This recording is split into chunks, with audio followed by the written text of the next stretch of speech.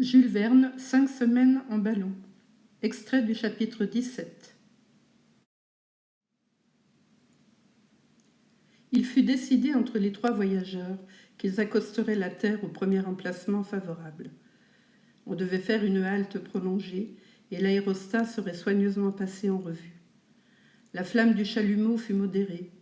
Les ancres lancées au dehors de la nacelle vinrent bientôt raser les hautes herbes d'une immense prairie. D'une certaine hauteur, elle paraissait couverte d'un gazon ras, mais en réalité, ce gazon avait de 7 à 8 pieds d'épaisseur. Le Victoria effleurait ces herbes sans les courber, comme un papillon gigantesque. Pas un obstacle en vue. C'était comme un océan de verdure sans un seul brisant.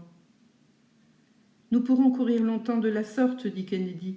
Je n'aperçois pas un arbre dont nous puissions nous approcher. La chasse me paraît compromise. » « Attends, mon cher Dick, tu ne pourrais pas chasser dans ces herbes plus hautes que toi. Nous finirons par trouver une place favorable. » C'était en vérité une promenade charmante, une véritable navigation sur cette mer si verte, presque transparente, avec de douces ondulations au souffle du vent.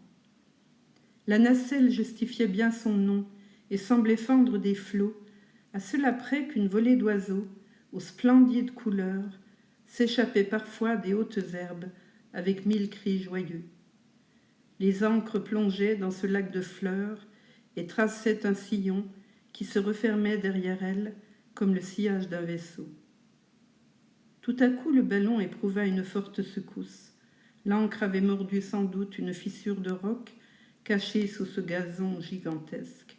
« Nous sommes pris, fit Joe. »« Eh bien, jette l'échelle, répliqua le chasseur.